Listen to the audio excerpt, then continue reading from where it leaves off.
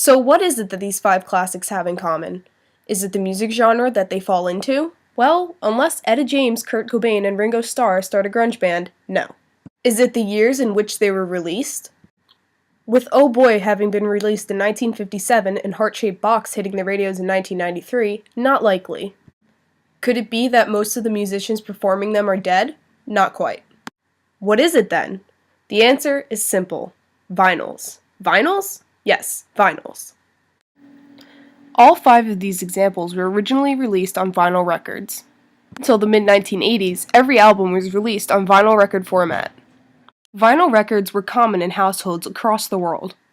They were used by disc jockeys to broadcast music to their listeners and were even used to record presidential speeches. And so, my fellow Americans, ask not what your country can do for you, ask what you can do for your country.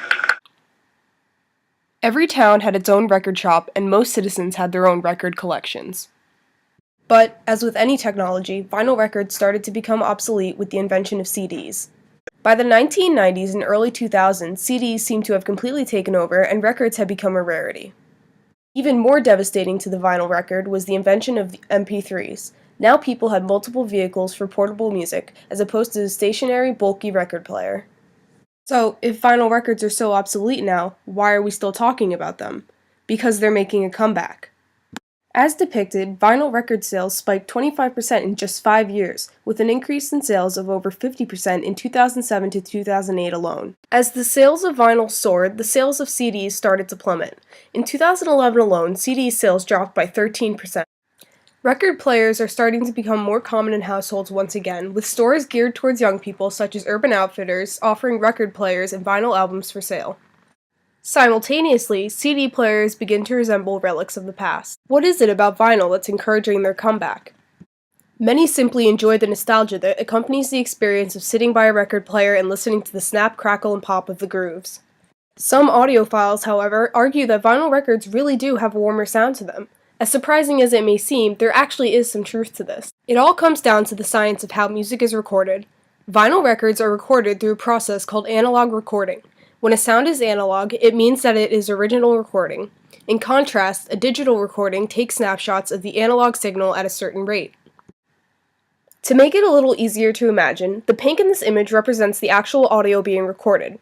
Technically speaking, this means that a digital recording is not capturing the complete sound wave. For example, some sounds that have very quick transitions, like a drum beat or a trumpet's tone, will be distorted because they change too quickly for the digital recording to accurately record. Vinyl records are played by putting the needle of the record player into the grooves of the record itself, which mirrors the original sound's waveform. This means that no information is lost, which in turn prevents the richness of the original sound from slipping away, hence the warmer tone. For example, take a moment to listen to the same song on different formats, digital recording and analog recording.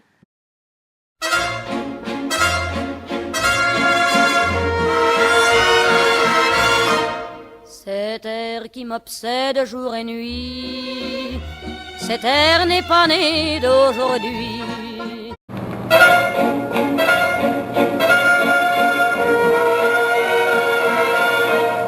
Cet air qui m'obsède jour et nuit, cet air n'est pas né d'aujourd'hui. Hear the difference? Of course, many people still continue to collect and play vinyl records throughout the period of time when they were seemingly extinct. Just as with any other staple in pop culture, vinyls did not completely die out. This usually happens with anything or anyone that were extremely popular for a period of time, whether it be 100 years or 1 year. In example, there are still numerous collectors of vintage video games such as Pong and Pac-Man. But I digress. The thing that might strike as surprising, though, is the sudden influx of modern-day pop artists releasing their newest albums on vinyl format. During the period of time when vinyl records were hard to find and less popular, the primary consumers of vinyl records were, for the most part, people seeking nostalgia of their childhood. But nowadays, that isn't really the case anymore. Of course, there certainly could be some grandmas somewhere out there jamming out to Lady Gaga on vinyl.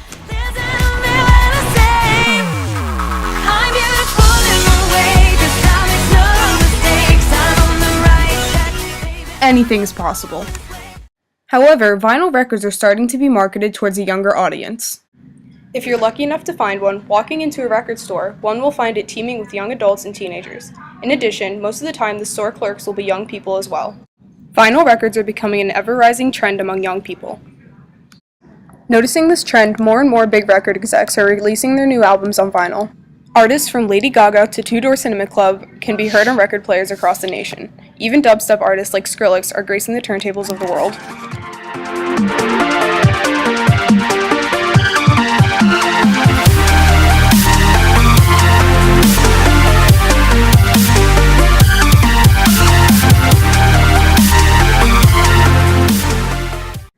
Not only are vinyl records themselves beginning to step out of the shadows, but the stores in which they are sold are starting to pop up as well. In fact, the new vinyl stores aren't merely popping up, but thriving. A great example of the modern-day record store would be the Princeton Record Exchange in Princeton, New Jersey. Opened in 1980, the Princeton Record Exchange continues to be one of the largest independent music stores in the country. The store offers close to 44,000 new and used records to its customers. Not only does the Record Exchange sell vinyl records, but it buys them too. This kind of buying and selling stimulation happens in record stores and antique stores across the globe, helping to revive the sale of vinyl records. On the West Coast, California is home to Amoeba Music. Started in 1990 on Telegraph Avenue in Berkeley, California, Amoeba Music has gained a well-earned reputation for being the best record store in the country. Today, Amoeba Music has 3 locations, the original Amoeba Music in Berkeley and another 2 stores in Hollywood and San Francisco. The Princeton Record Exchange and Amoeba Music are just 2 of the many record stores throughout the world.